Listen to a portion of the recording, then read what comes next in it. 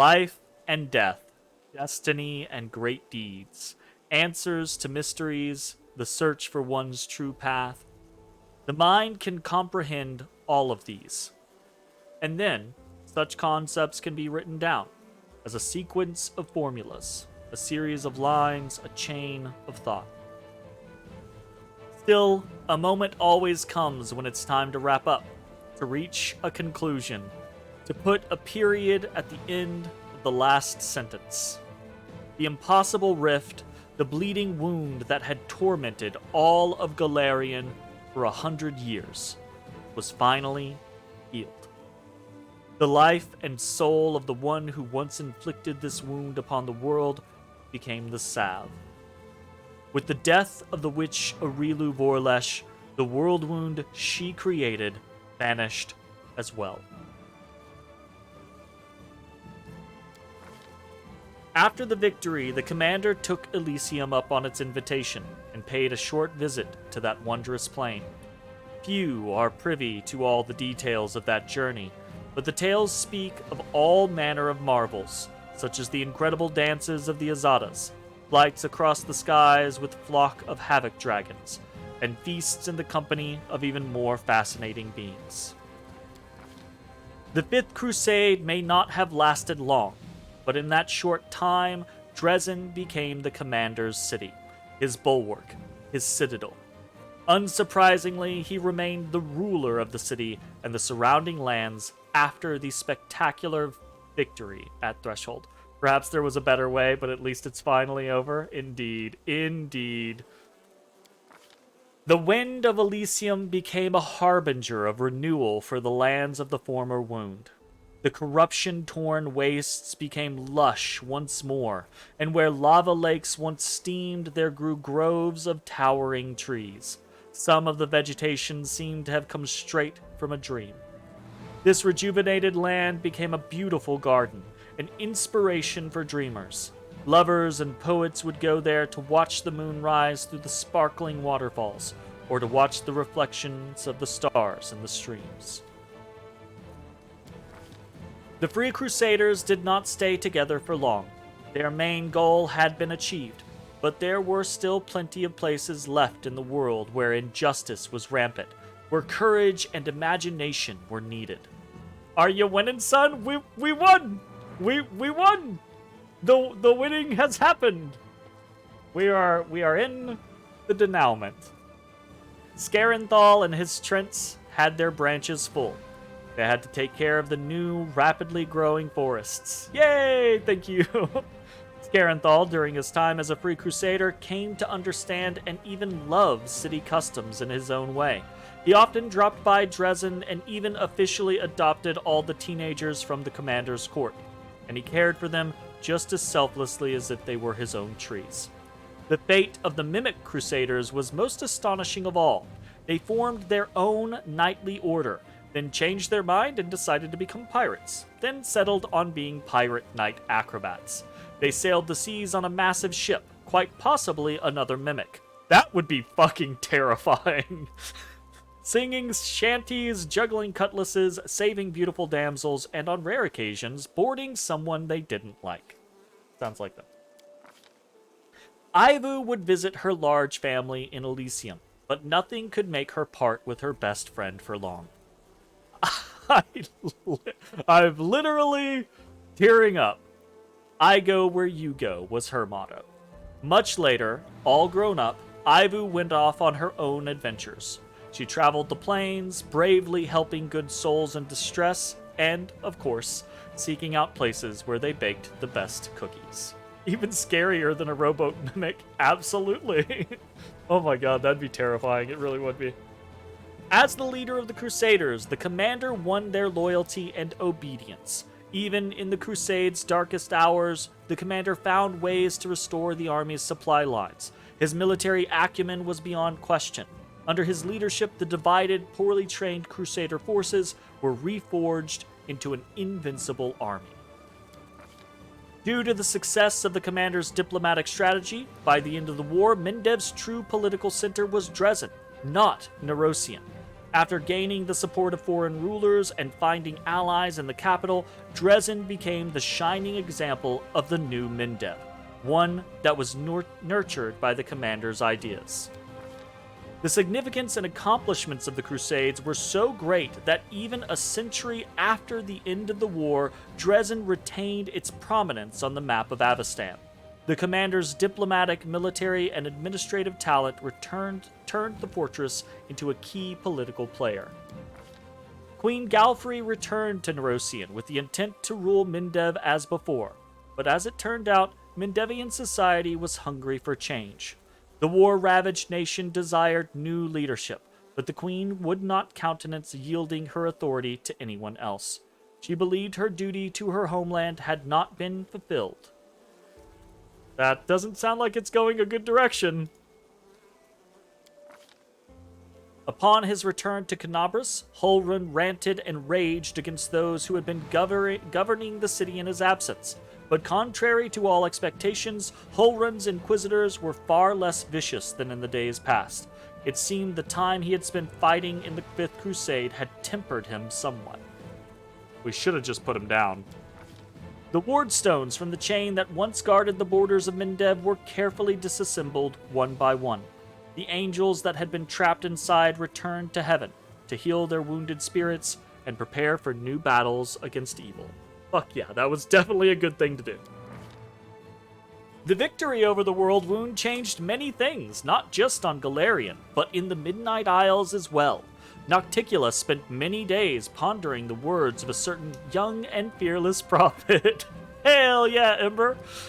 Before long, the Lady in Shadow openly renounced her realm and named herself the Redeemer Queen. You have got to be kidding me. Is that canon? Is that actually canon in Pathfinder? That would be wild if that was canon in Pathfinder. This revolt against her own demonic nature transformed Nocticula, severed her ties to the Abyss, and brought her to Elysium. There, upon creating a realm named Midnight's Palette, the Redeemer Queen attained divine power and became the patroness of exiles. Right? Never thought she'd actually... I saw hints of doubt within her, but I didn't think she'd actually go through with her. That is wild. The now vacant throne was instantly seized by Shamira, the Ardent Dream. Of course it was. However, her power could not compare to the might of the Lady in Shadow. The Midnight Isles, which had become a tempting prize for many demons, were plunged into chaos. That's fucking cool right there. That's some cool shit. I love that Nocticula went good. I love that. The commander celebrated his victory over Ereshkigal. Little did he know that some demon lords go as far as forfeiting their own life to achieve their ends. The mask of the inscrutable Ereshkigal remained in the possession of the commander of the Fifth Crusade until the very end.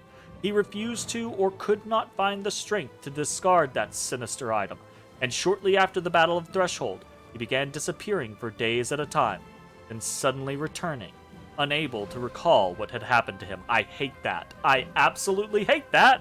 Hate that, hate that, hate that. I didn't even think about the mask afterwards. The demon lord Baphomet suffered a defeat. The world wound was closed, and the convenient passage to Golarion was sealed along with it. Baphomet shifted his attention to the realms of the other demon lords. A cell of the Templars of the Ivory Labyrinth was soon discovered in Alashanira. With the ineluctable prison destroyed, the power of the demon of the Lord of the Labyrinth began to wane. Many demon lords turned their attention to the weakened Baphomet, who was forced to defend his title as demon lord in battles for which he was not prepared. Fuck yeah. The demon lord Discari suffered a defeat. He bided his time, continuing to plot his invasion of Golarion, and after that, of heaven itself. The cultists that remained on Golarion went mad one after another, tortured by the nightmarish dreams their lord sent them. The spirit of the demon lord Nahindri was freed from the shackles of Nocticula's magic and went to the Rift of Repose, where, at last, it found blissful oblivion. The Midnight Isle that had been built upon Nahindri's remains sank into the waters of Ishiar. The commander's escapades in Alashinira left a lasting impression on its denizens. Oh shit. Under Zeklek's management, the Battle Bliss gradually fell into decline. Audiences had grown bored of ordinary gladiator fights, and the Nahindrian League closed due to a lack of members. Realizing that his talents as an arena steward would never be appreciated in the Abyss, Zeklex sold the Battle Bliss and used the proceeds to relocate to Hell, where he finally found himself at home. The flesh markets had been ravaged, but it proved impossible to completely destroy them. Unfortunate. After the commander left Alashinira, new slavers took over the stalls and new shipments of slaves were chained to the platforms. Hate it, hate it, hate it. Chris Gristoff, the envoy of the Pathfinder Society, took advantage of the situation and rose to the top of the slave trade? What? Fuck that guy. He sold demons to other demons and used the proceeds to buy the freedom of mortal slaves. I don't like it. Not happy about it. Not even gonna qualify that. He soon founded the first Pathfinder Lodge in the Abyss. I'm not happy about it. Slavery is bad, period. Period. I want to be like, but at least he's releasing mortal slaves. No, just kill everyone and be done with it. Not good people. Kill all the demons. Damn it.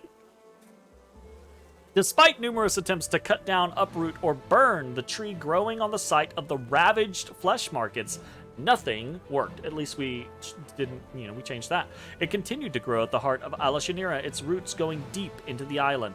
Some demons worried that one day the roots would grow through Ishiar to the Maelstrom and sunder the plane of the Abyss. Perhaps. The unrelenting killer and vigilante known as Red Mask continued her purge of Alashinira and assembled a full squad of Aasimar assassins.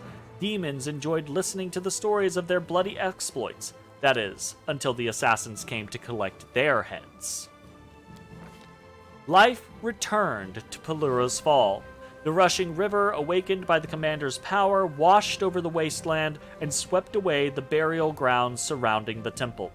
When the water had ebbed, pilgrims began to arrive at the temple, wishing both to worship Pelura and honor the memory of the fallen defenders who held the line in obscurity for over a century. The lake by the temple gate always held the reflection of a starry sky, even in daylight, and at night, if anyone were to stand on the shore, they would hear an enchanting melody and a distant, bewitching singing. Gismerha was true to her word. The Winter Sun clan left the land of their ancestors. Once they had left the borders of the former Sarkoris, the clan split into several branches. One went to the wild lands of Numeria, others set off for free Varissia. A small group led by Gismera chose to travel to Andoran, where they were lost among the many refugees fleeing other lands and other wars. The Winter Sun clan ceased to be. Now alone, Anevia left, quietly, unnoticed, leaving no notes or traces, and no one ever saw her again. I'm sorry, I didn't realize what was happening. That breaks my heart. That one breaks my heart. The Winter Sun clan? No, the Winter Sun clan were the first kind of, I believe they were the first set of Sarkorians that we found alive. They were the ones that were kind of like glamored, and they couldn't see that the demons were demons, basically. So all of these people would come. They thought everything was fine. All these people would show up, and they thought their village was protected, but the people were actually demons. So, that's so sad. The Anevia one breaks my heart. Several hundred years after the conclusion of the Fifth Crusade, somewhere on another plane, far from both the Abyss and Golarion, two runaway Lilitus met. Minago and Shivaro. They met, never to part again. I am happy about that one. The hand of the inheritor, who had gone into voluntary exile, spent much time among mortals, trying to gain a better understanding of their fickle nature. Somewhere on the roads of Golarion, the angel's trail went cold. Rumor has it that he intentionally went into hiding to avoid both old friends and surviving enemies, and that he now lives somewhere in the guise of a callow mortal youth, eager to absorb other people's wisdom. The Dretch, known as the Suture, never made peace with the loss of his mistress, and why would he? He retreated to her old laboratory, where he wandered the empty halls, activating the magical projectors again and again, for in their pale light there still lived an image of the one who had come... I'm legitimately tearing up, had become so important to the solitary demon. I'm realizing that I've spent nearly 2 years of my life playing this fucking game. Holy fuck.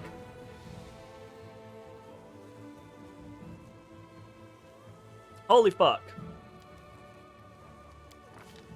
The commander's decision to destroy the Numerian device that he had captured in the Blackwater clan encampment had dire consequences. Free of the mechanism that inhibited and controlled it, the mysterious core of the device soon awakened and vanished in a flash of magical energy.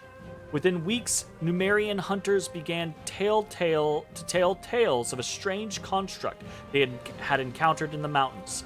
It was the skeleton of a machine of some sort, alien and incomprehensible, that had been built by people with hollow eyes. For many years, Venture Captain Hylor continued to wander Golarion in a hopeless attempt to hunt down his nemesis, the Spinner of Nightmares. Though she had long been dead, his madness drove him to hunt her time and again. His hunt ended on an old road in the River Kingdoms, where Hylor saw a group of monsters attacking an innocent family. He managed... I'm absolutely going to get very sad. Like looking at a photo album of your mom. It's very... Yeah, right? He managed to save only one of them, a young girl who had been orphaned on that terrible night. Hylor took her in and was forced to temporarily halt his search for the spinner. This pause lasted for a month, then a year. Abandoning his hopes of reuniting with Lori, Hylor found a new purpose in caring for another person. Over time, he was able to once again find joy and hope in life. That's very sad. Storyteller! We just got the Storyteller, a story worth millennia achievement. You helped Storyteller regain his lost memories and reunited him with one who was dear to him. 1.9% of players have gotten this achievement. Having rediscovered his own story, the Storyteller renounced his fragile body to ascend to Pharasma's palace and become her usher. From that day onward, he took care of the stories of all the souls that arrived at the court of the Lady of the Graves. There, in the halls of the Lady of Graves, the Storyteller met one who had been waiting for him. Kinney, or Kiney. Thief of secrets, Ereshkigal's prisoner, old friend, and well-meaning traitor. And never was there a reunion more treasured. Finian, a Pathfinder who also happened to be a talking weapon, continued his travels in the hands of many warriors, seasoned and otherwise. Throughout the following centuries, he was lost in battle on a number of occasions, only to be found again in some fantastical treasure room on the other side of Golarion. Once again, Seela heard the call of the open road. I'm get sad. We're at the characters now. I'm gonna get sad. Even after gaining mythic powers and coming face to face with a goddess and demon lords, she never stopped being a paladin and a wandering knight whose purpose was to help others. Staying true to friends was in Seela's blood, and it was said that even while journeying through the farthest reaches of Golarion, she tried her best to keep in touch with the commander. Their rare meetings were always filled with joy. Fucking sad! Oh, okay, he didn't die in the last fight. Okay. He didn't die in the last fight. Having properly fulfilled his duty to the mongrels and, to his surprise, avoided death, did he? Lan was suddenly faced with a choice. What to do with his life now that it wasn't going to end anytime soon. His hesitation did not last long. You helped Lan believe that you trust him. And just a few months later, he went on a sea voyage to see the world he had saved. But the first place Lan visited, however, was Nerosian. He visited his mother and stayed with her until the road called him once again. Very sad. My heart. Ember joined the Redeemed Brotherhood. She never recognized herself as their leader or gave any orders, but her very presence inspired the former miscreants to perform great deeds. Over time, the Brotherhood grew into a major religious movement. Of course it did. Its preachers took a vow of poverty and walked the roads of Golarion, helping the needy, convincing villains to change their ways, and entreating both good and evil deities alike to be more merciful to mortal kind, because why the fuck not? If Ember can change the heart of Nocticula and turn her into an Azada deity, why the fuck not? Soon after the war, the tireless researcher of all things researchable embarked on a new journey. She had a sudden urge to know how much time it would take to visit every nation on Golarion. She returned after a year and a half with a pile of notes, which she promptly handed over to her assistant. After all, someone had to help her compile the entries for the first volume of the Encyclopedia Golarionica. It only made sense for her assistant to help, given that one of the entries was dedicated to him, the commander of the Fifth Crusade, who had made Golarion history. Oh shit. I love Ninio. Daerin Arendae was free from the other's gaze, but not from the watchful eye of Inquisitor Leotyr. To the Count's great vexation, Leotyr openly continued to watch him. It was unlikely Daerin realized that this monitoring saved him from far more serious dealings with the Inquisition. The Count himself seemed lost for a long time. His old life was over, and he struggled to find his place in the new one. He never lost his respect, or should that be his fondness, for the commander, and would often visit him in Dresden. I want to play again, if for no other reason to just have Daerin be at my side forever. To his own surprise, Woljif Jefto became a war hero. Esteem and fame were shortly followed by great wealth. The Thiefling did not let his newfound fortune turn his head, but chose to invest the money in several profitable ventures, and one charity for street urchins. Within a few years, his signature style came to include a top hat, a cane, and a bit of a belly. Wow! He's turned into Mert, basically. There was a lot of talk in the taverns of Absalom about the time, soon after the end of the war, when Woljif appeared in the city in the company of Count Daerin Arendae. Oh, a duo there, eh? It remains unclear whether Daerin treated the Tiefling as a wayward younger brother or a court gesture, but he took pleasure in showing him the world. The third person in the group was rumored to be the commander himself. Fuck yeah, why not?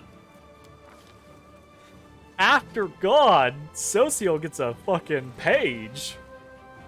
Ugh. After the victory, Socio returned home together with his brother. Now a famed Crusader hero, he humbly officiated at a temple of Shelyn, painted, grew sweet-smelling fruits, and made the best wine in the region. His kindly smile faded only when people asked him to recount his experiences in the war. He would not deny them, but he would speak without embellishment, so that not a single listener would feel tempted to pick up a sword and leave in search of a hero's glory. After spending so much time in the commander's company and in the presence of his mythic powers, Social's paintings always turned out vivid, unreal, almost alive. One day, while sorting through his old sketches of the World Wound, he was surprised to find details he did not recall. Trees grew where there had only been wasteland, and dried-up riverbeds were now filled with water. Intrigued, Social journeyed to the places he had sketched. and discovered his works perfectly reflected the regeneration of the land. How fucking wild. During the war, Sociel met an engineer by the name of akin here. That meeting turned into a friendship, which turned into love, and then it was time for the wedding. Aww. He found love and happiness even after it didn't work out with us. Later, the cleric would say that only the memory of his beloved had allowed him to cope with the terrors of the abyss and keep his sanity. The commander was among those invited to the wedding. Having received an invitation to the wedding, Sela was torn about whether or not she should attend. She felt her appearance at her friend's wedding would be a bad omen. In the end, she overcame her fears, and it was well worth it. Her stories and army songs were the highlight of the festivities, because the last wedding she went to didn't go very well. Ay, ay, ay. When he returned home, Trevor restored the shield of Shellen to its place in the church, and swore never to pick up a weapon again. He tried to rediscover his wood-carving skills, but his wounded hands betrayed him, no longer willing to create beauty. The tormented fighter lived a quiet, peaceful life, helping his brother with his vineyard, all the while trying in vain to forget the horrors of the abyss. I wonder if we could have done more for Trevor. Fucking Regil. The Fifth Crusade had concluded, but the former Paralictor Regil de Renge was plagued with doubts. Had his every step been truly faultless? He returned to Cheliax and spent much time pensively wandering the cemetery where the members of his order were usually buried. It was there that his bleaching-stricken body was eventually discovered. Yep. And so goes Regil de Renge. Once he was done serving the commander, Greybor returned to his travels. His career flourished, and every contract he fulfilled was worthy of a thrilling tale. The dwarf's road took him to many lands, and came to an end on a crudely constructed scaffold, where Greybor met his death, puffing nonchalantly on his trusty pipe. We didn't convince him to stop. But we did, didn't we? You did not try to fix Greybor's fate or lead him away from the path of the lone assassin which he had chosen. I thought we had. I thought we had encouraged him with the what if of, like, you know, what would it be if you went back to your family, you know? Ah, sadness. And then there's Arushale. Arushale had changed her nature, completely ridding herself of evil, but she would not dare to live among mortals. She took up residence in a small house away from their settlements. Shortly afterward, rumors began to spread.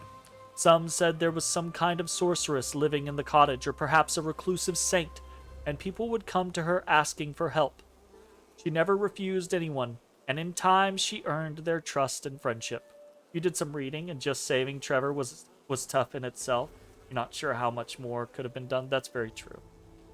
That's very true. Another of the commander's companions, Sela the Paladin, visited her sister-in-arms on a number of occasions to share tales of her I love how Sela's just like the good guy of the group that just goes and visits everyone and hangs out. That makes me happy. Their meetings were always joyful and their conversations long and heartfelt. One day, Arushale had an unexpected guest, Ivu, the Havoc Dragon. By the end of the visit, all the pretzels had disappeared from the house, and all the apples were gone from the nearby trees. When the former demon was not busy helping mortals, she spent time with the commander, who often visited her at her house. They had nothing to hide or be ashamed of, and yet, in her shyness, Arushale tried to conceal their relationship from prying eyes. "This is our Elysium," she would say. "Yours and mine. And no one needs to know about it but us." True love. What? That's Pharasma, isn't it? And what of me, the writer of these words? The half-demon witch known as the architect of the world wound. My experiment ended in success. In the war between Golarion and the Abyss, I emerged the victor. It took 100 years and 1,000,000 deaths for me to bring back the one whose life had been so cruelly stolen away. And it cost one more death. My own. For him to keep on living. I feel like that's absolutely Pharasma. I have recounted the story of my life for you, Pharasma, Lady of Graves. Not only of my life, but of the Commander's also. I believe the tale of such an illustrious figure would pique even a goddess's curiosity. Now you know everything. I await your verdict, goddess.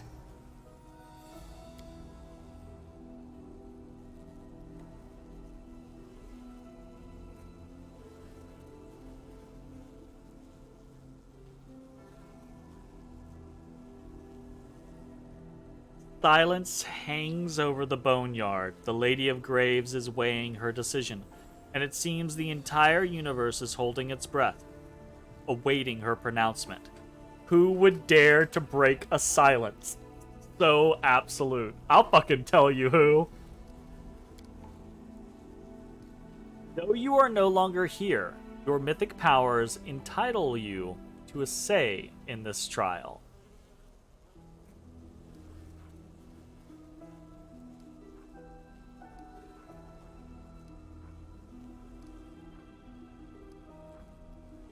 I appeal to your mercy. The planes have suffered enough. Do not add to the evil already wrought by yet another act of evil.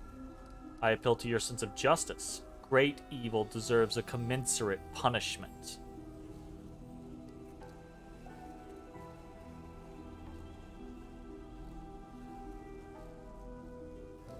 Appeal to your mercy. Of all the gods, Iomade was the only one to fight against the world wound. Even you, Pharasma, stood by and did nothing. Doesn't that suggest that the world wound was not so great a threat to the universe, and Arilu's crimes were not as heinous as claimed?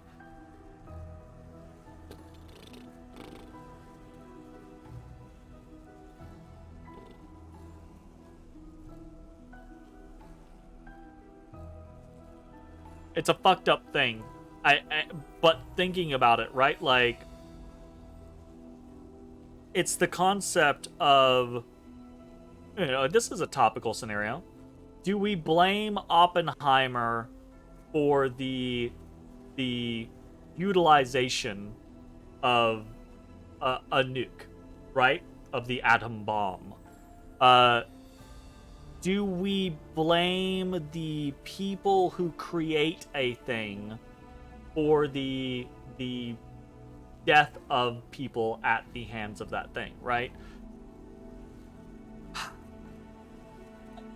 There is some bearing of the blame, right?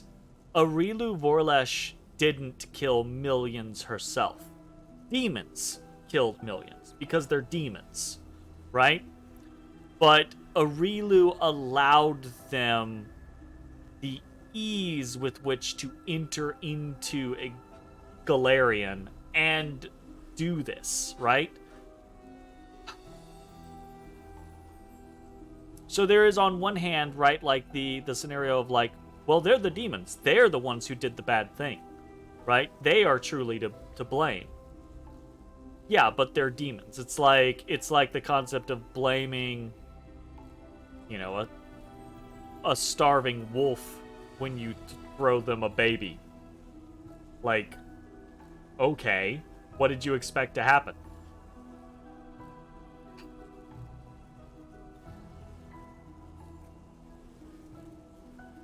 However,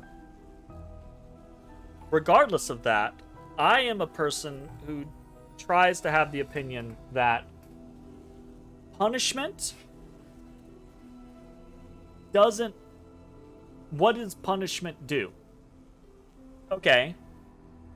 Arilu Vorlesh caused the death of millions. And her reasoning was purely selfish. But does whatever punishment you can think of for her do anything? Does it make the world a better place? I don't think so. I appeal to your mercy. The plains have suffered enough. Do not add to the evil already wrought with yet another act of evil. Your words ring out in the silence. They are heard, considered, and given their due weight. We're still gaining experience. Fuck off, game. The laws of the universe have existed for millennia. Love the They voice. are incontrovertible. Love the But picture. even they allow the decider of fate some degree of influence over the verdict. You wrought great evil, while it stemmed from the evil that was done to you. Your actions far exceeded it. Your soul is dark, and there is only one place for you in the universe. And yet, the one whom you harmed most of all now appeals to me on your behalf.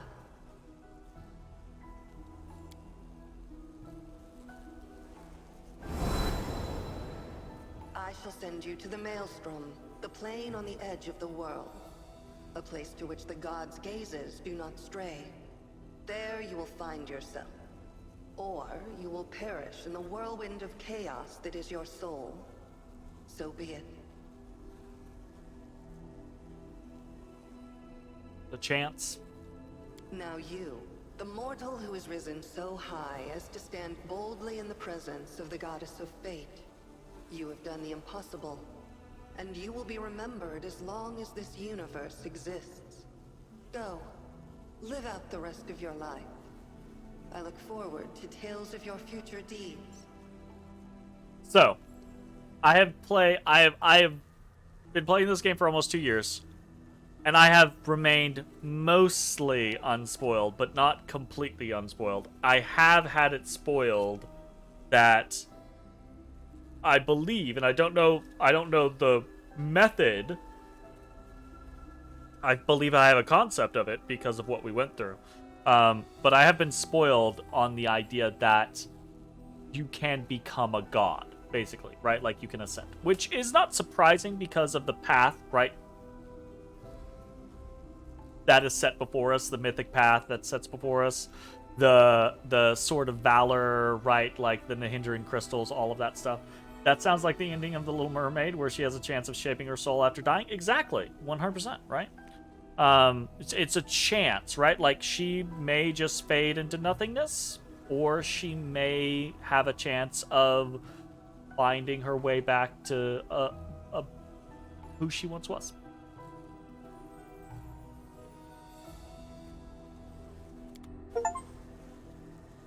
The final threshold. The end.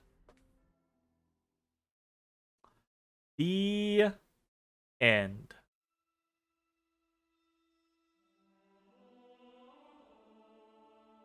Oh.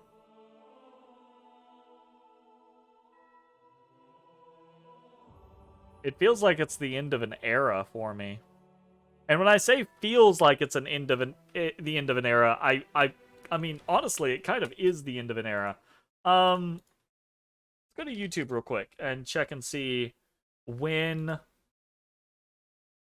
the first Pathfinder video I did was uploaded. The first Pathfinder video I did was September 23rd of 2021. Next month. So just a little over a month away. It will have been 2 years in just a little over a month. Thank you very much. I do appreciate that. I adore this game. I think honestly that this game, I don't think you can play a game for 2 years and not have it do something to you. Whether you love everything about it or don't love everything about it. But this is a great game. it's if you can play the style of the game, right? Like that is the thing is this is not an approachable game to a lot of people.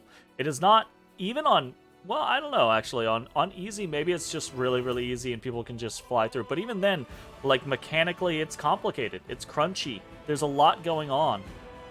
And there's a lot of things to not like, right? There's a lot of stuff to not like in regards to the way that things kind of get buggy around pathfinding, and there's a lot of like weird little idiosyncrasies and lags in like information being displayed or told to you or things like that. This is far from a perfect game. However, it is such a big game. It's such a grandiose game. There is so much that is quote unquote epic or mythic happening in this game. And we've really just scratched the surface because, you know, we've done 1 out of like, I don't know, 9 mythic paths or something like that. There's so much more that we could be doing. And there's more DLCs and things like that too. It is hard for me to say that as long as you enjoy games like this, it's hard for me to not say that you're not gonna get your money's worth out of it. I paid $60 for this. I've played for 400 hours, basically, over the course of 2 years. That's a lot of value. Game is awesome. I do think that there are some pacing issues with the game, but I think that's indicative of almost any CRPG because, you know, it's that scenario of side quests screw over pacing. They just do. That's how side quests work. Side quests are going to fork the pacing of any game that has them. It just is what it is. From February 21st... From February?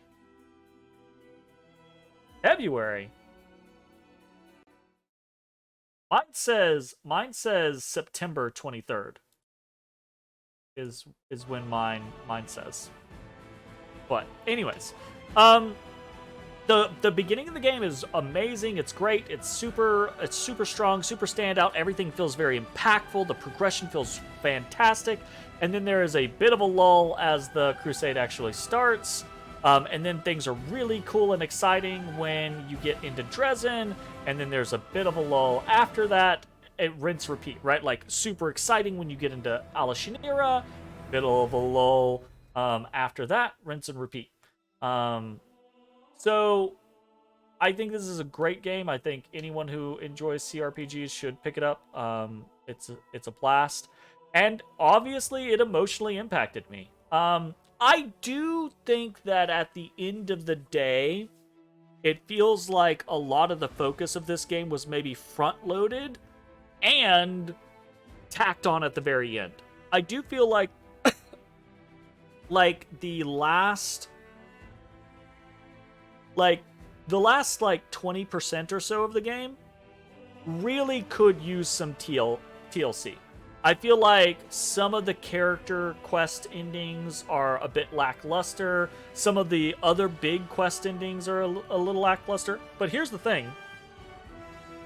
It's entirely possible that I have that opinion because I failed to get the good or the better endings for those characters' quests, right? Like, it's possible that I did not do all the right shit. Like with Gravebore, obviously, right? Like, I thought I had done right by him, but I was wrong, you know? So, take what I'm saying with a grain of salt in that particular instance. That being said, there are a couple of quests like Hylore's quests and things like that that feel a little meh, feel a little cheesy, feel a little like punitive towards the player. But overall, this game is filled with really good characters, really good quests, pretty good writing the majority of the time, honestly, quite good. Wonderful, epic music, and if you like CRPGs, if you like Pathfinder mechanics, really good systems, really good battles.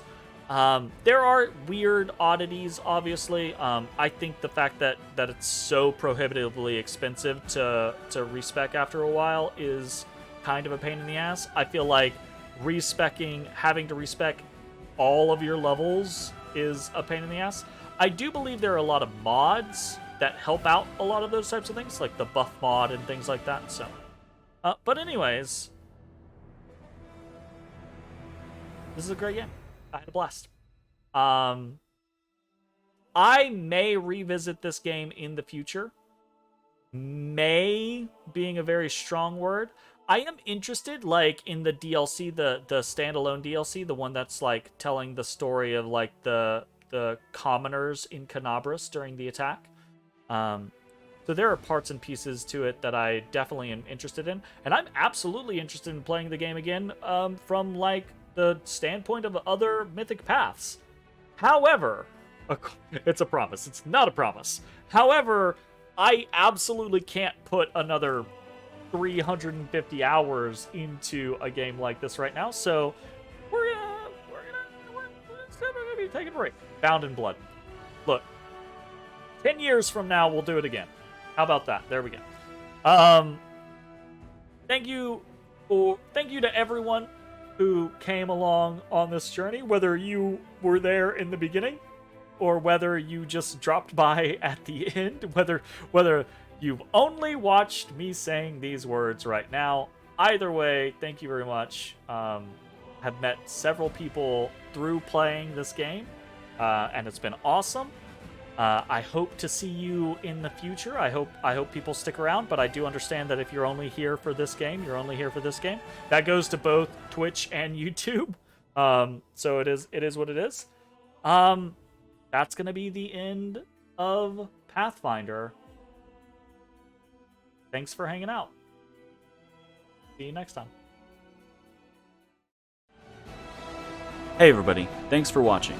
If you enjoyed the video, consider leaving a like, commenting, or subscribing. It really helps me out. If you'd like to see me live, head over to my Twitch at twitch.tv/thedistanthorizon.